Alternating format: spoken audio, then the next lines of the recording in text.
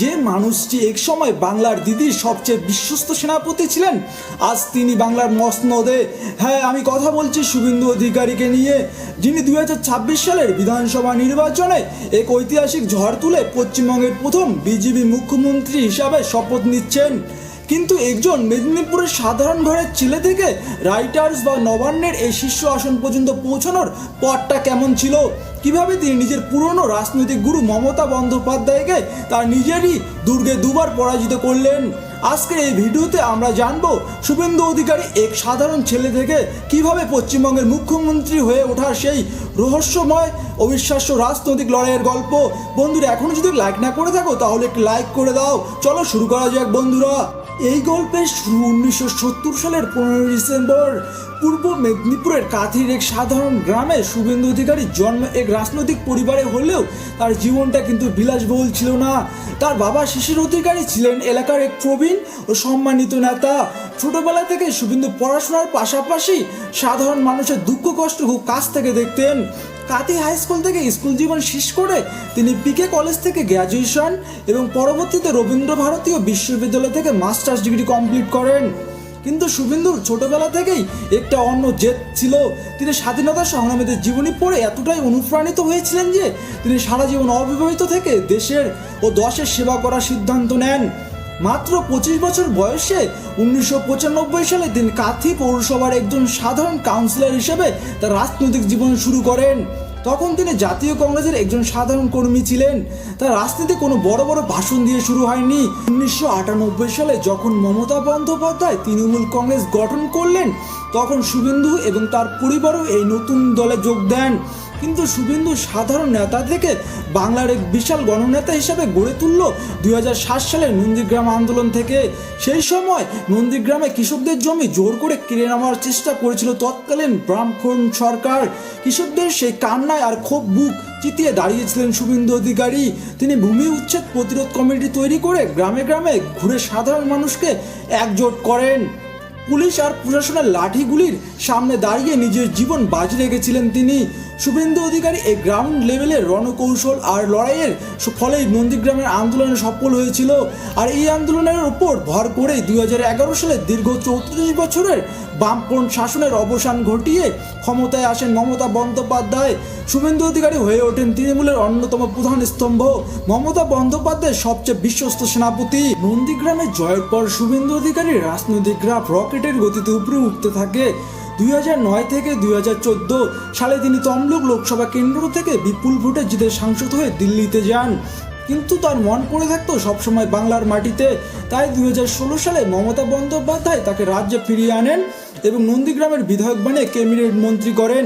পরিবহন, সেচ, জল সম্পদের মতো অত্যন্ত গুরুত্বপূর্ণ দপ্তরের দায়িত্ব দেওয়া হয় শুভেন্দুকে। এই সময় শুভেন্দু শুধু মেদিনীপুর নয়, বাঁকুড়া, পুরুলিয়া, মুর্শিদাবাদের মতো জেলাগুলোতেও তৃণমূলের সংগঠনকে মজবুত করেন। তিনি ছিলেন এমন একজন নেতা যিনি নিজের এসটি গাড়িতে বা দপ্তরে বসে থাকতেন না, ঝড়ে বৃষ্টি কিংবা বন্যায় সরাসরি মানুষের পাশে গিয়ে দাঁড়াতেন।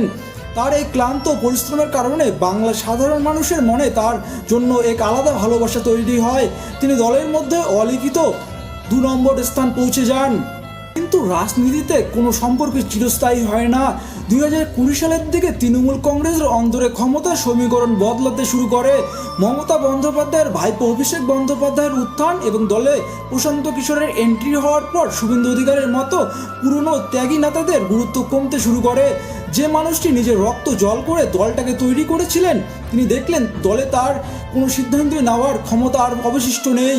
ভিতরে ভিতরে ক্ষোভ বাড়ছিল। অবশেষে 2020 সালের নভেম্বর মাসে শুভেন্দু অধিকারী মন্ত্রিত্ব থেকে পদত্যাগ করেন। আর 19 ডিসেম্বর মেদিনীপুরের এক জনসভায় কেন্দ্রীয় স্বরাষ্ট্রমন্ত্রী অমিত শাহের হাত ধরে তিনি ভারতীয় জনতা পার্টি বা বিজেপিতে যোগ দেন। এই দলবদল ছিল বাংলার রাজনীতিতে ইতিহাসের সবচেয়ে বড় ধাক্কা।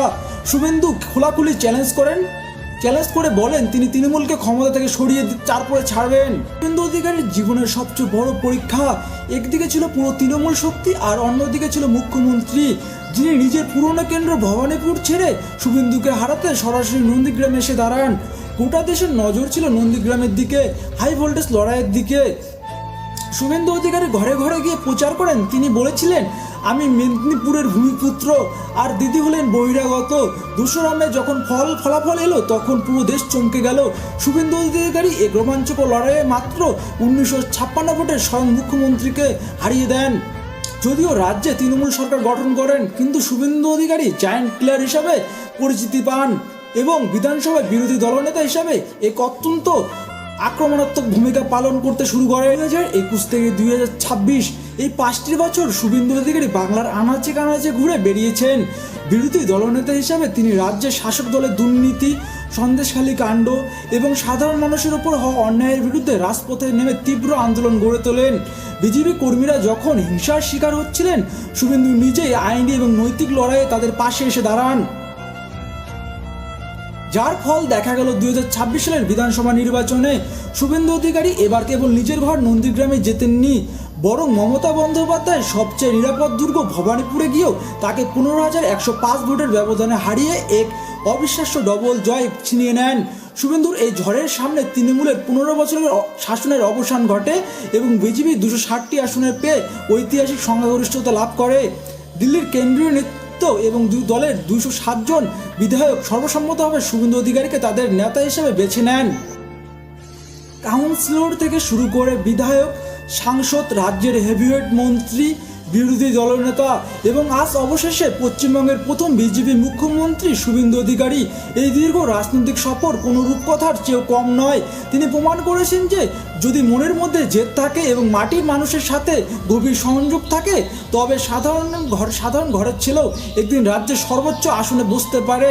এখন দেখার বিষয় হলো শুভেন্দু অধিকারীর এই নতুন ইনিংস পশ্চিমবঙ্গের সাধারণ মানুষের জীবনে কতটা পরিবর্তন আনতে পারে। আপনার কি মনে হয় কমেন্টের সেকশনে অবশ্যই জানান। আজকের ভিডিওটি এই পর্যন্তই। ভালো লাগলে লাইক ও শেয়ার করতে ভুলবেন না। নমস্কার।